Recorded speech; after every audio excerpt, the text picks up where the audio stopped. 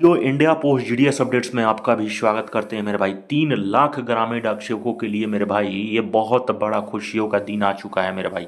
अब देखो ऐसा क्यों कह रहा हूँ, क्योंकि चीख चीख के टीआरसीए अपग्रेडेशन के लिए हायर अधिकारी ने अप्रूवल दे दिया है। अब वीडियो को अंत तक देखना आपके लिए जिम्मेदारी बन जाती है, क्योंकि अंत तक देखने वाला ही व्यक्ति पूरा अपडेशन लेके जाएगा। क्योंकि ये सर्कुलर चीख चीख के कह रही है कि जीडीएस की टीआरसीए 2018 के बाद वाले सभी जीडीएस यहाँ पर अपग्रेडेशन और टीआरसीए में उनका फ़ायदा देखने को मिल सकता है। तो इस वीडियो को सबसे पहले चैनल को सब्सक्राइब नहीं किए हो तो कर लेना, और शेयर नहीं किए हो तो बिल्कुल शेयर करने जा रहे हो, क्योंकि सैलरी तुम्हारी अब उछाल सैलरी तुम्हारी बढ़ने जा रही है मेरे बाप। देखो जीडीएस सेक्शन से ये देख सकते हो, मिनिस्ट्री ऑफ कम्युनिकेशंस ये क्लियर कह रहा है कि जीडीएस की सैलरी बढ़ने जा रही है साथियों। ये देखो जीडीएस सेक्शन से आया है, और जीडीएस सेक्शन से किसने लिखा है पहले ये तुम्हें दिखा देना हूँ, क्योंकि ये चीज़ें देख सकते हो एडीजी लिखा है। यानी कि एडीजी कितना पावरफुल होता है ये तुम भी जानते होगे। असिस्टेंट डायरेक्टर होता है जीडीएस सेक्शन का, अभी जो कि आनंद सिंह है। और 23 अप्रैल का ये देख सकते हो सर्कुलर निकाला गया है। तो ये भी तुम देख सकते हो, तुम्हारे सामने कोई ऐसी फेक चीज़ें नहीं सर्कुलेट की जा रही है। देखो ये सेक्रेटरी को इन्होंने पत्र लिखा है, और किस सेक्रेटरी को लिखा है तो भारतीय ग्रामीण डाक कर्मचारी संघ के सेक्रेटरी को लिखा है। इन्होंने कहा है कि सब्जेक्ट्स में कि रिवीजन और अपग्रेडेशन, अपग्रेडेशन मतलब सैलरी को जो है रिवाइज किया जाएगा, या उनकी जो पहले जो सैलरी थी जो जीडीएस की, जैसे जीडीएस जो बीपीएम जीडीएस हो जाए उनके 12,000 जो बेसिक सैलरी थी उसको अपग्रेड किया जाएगा। यानी कि अब अपग्रेडेशन में अब 15,000 भी हो सकता है, 20,000 भी अपग्रेडेशन होता है। कितनी होगी ये चीज़ें आपको क्लियर करूँगे मेरे भाई। ये देखो रिवीजन अपग्रेडेशन, अपग्रेडेशन मतलब सैलरी कहीं ना कहीं अपग्रेड होगी और ये बढ़ने जा रही है। और किन की बढ़ेगी ये चीज़ें समझने जा रही है, और ये चीज़ें आपको समझना बिल्कुल होगा मेरे भाई। अब रिवीजन अपग्रेडेशन अब देख सकते हो टीआरसीए, क्योंकि टीआरसीए किसको बोलते हो, टीआरसीए सिर्फ जीडीएस के लिए ये वर्ड यूज किया जाता है। क्योंकि जीडीएस को कहा जाता है या विभाग कहती है कि जीडीएस एक पार्ट टाइम जॉब है, जो कि 4 से मैक्सिमम 5 घंटे तक कार्य करता है। इसलिए जीडीएस को हम लोग एक टाइम रिलेटेड कंटिन्यूटी अलाउंस देते हैं, टाइम के बेसिस पे सैलरी देते हैं। तो इसलिए टीआरसीए वर्ड यूज किया जाता है सैलरी के लिए। यानी कि जीडीएस की जो सैलरी है उसको इंक्रीज करेगा कौन, कहीं ना कहीं एडिशनल डायरेक्टर ने सेक्रेटरी को पत्र लिख लिखा है।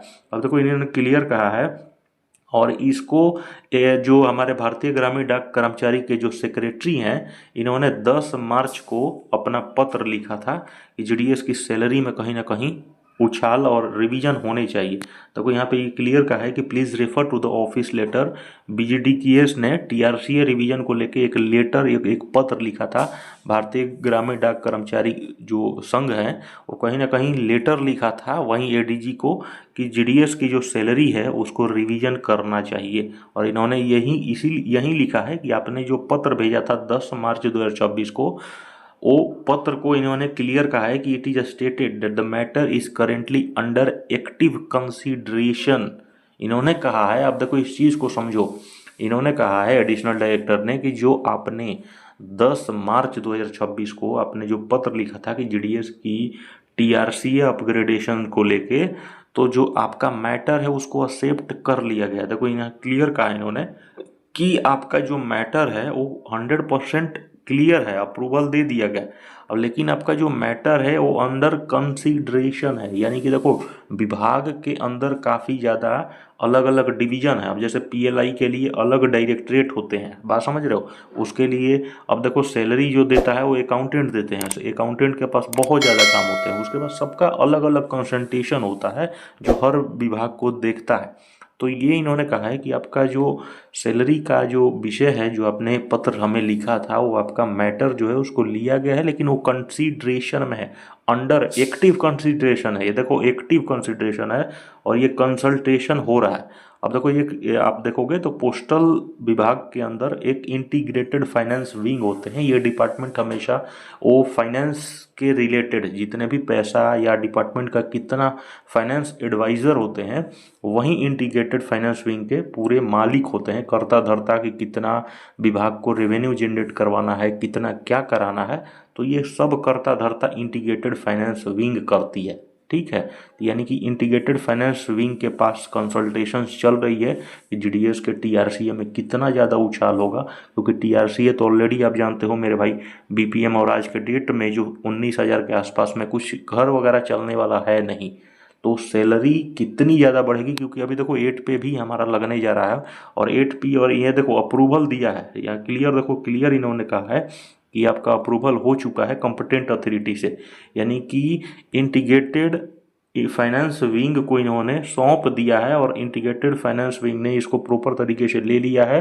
अब देखो इंटीग्रेटेड फाइनेंस विंग दो ही काम करेगी, एक तो सबसे पहले जीडीएस के आला अधिकारी जैसे मिनिस्ट्री ऑफ कम्युनिकेशन हो गया उसके पास फॉरवर्ड करेगी, मिनिस्ट्री ऑफ कम्युनिकेशंस का क्या कहना है फिर और आला अधिकारियों के पास कहेगा, और उसके बाद रिवीजन अपग्रेडेशन होगा, और उसके बाद हमें देखना है कि जीडीएस की सैलरी कितनी बढ़ती है। ठीक है, क्योंकि देखो अभी तो 8 पे भी पे तो चर्चा चल रहा है, ये तो रिवीजन अपग्रेडेशन ठीक है चलेगा, लेकिन ये चीज़ें हैं कि पहले 8 पे क्या कह रहा है, 8 पे इन लोग कितना देने को तैयार है। 19 से 20,000 तो अभी अभी अभी ही है, लेकिन क्या 8 पे में कितना देते हैं, फिटमेन फैक्टर का तो सवाल देख ही रहे हो। एनसीजेसीएम यूनियन 3.83 उनका कहना है कि फिटमेन फैक्टर होगा, लेकिन आप लोग बताना दिल से कि क्या 3.83, कमेंट में ज़रूर बताइएगा 3.83 होगा। ये चीज़ें थोड़ी सी समझ समझ से बाहर लग रही है, और देखते हैं है ना जीडीएस के लिए क्या ऐसे चीज़ें आती है, क्योंकि ये बहुत बड़ी खुशखबरी हो जाएगी अगर जीडीएस के लिए टीआरसी रिवीजन अपग्रेडेशन करते हैं। तो अपना ख्याल रखें, चैनल को सब्सक्राइब करें, अपना ख्याल रखें।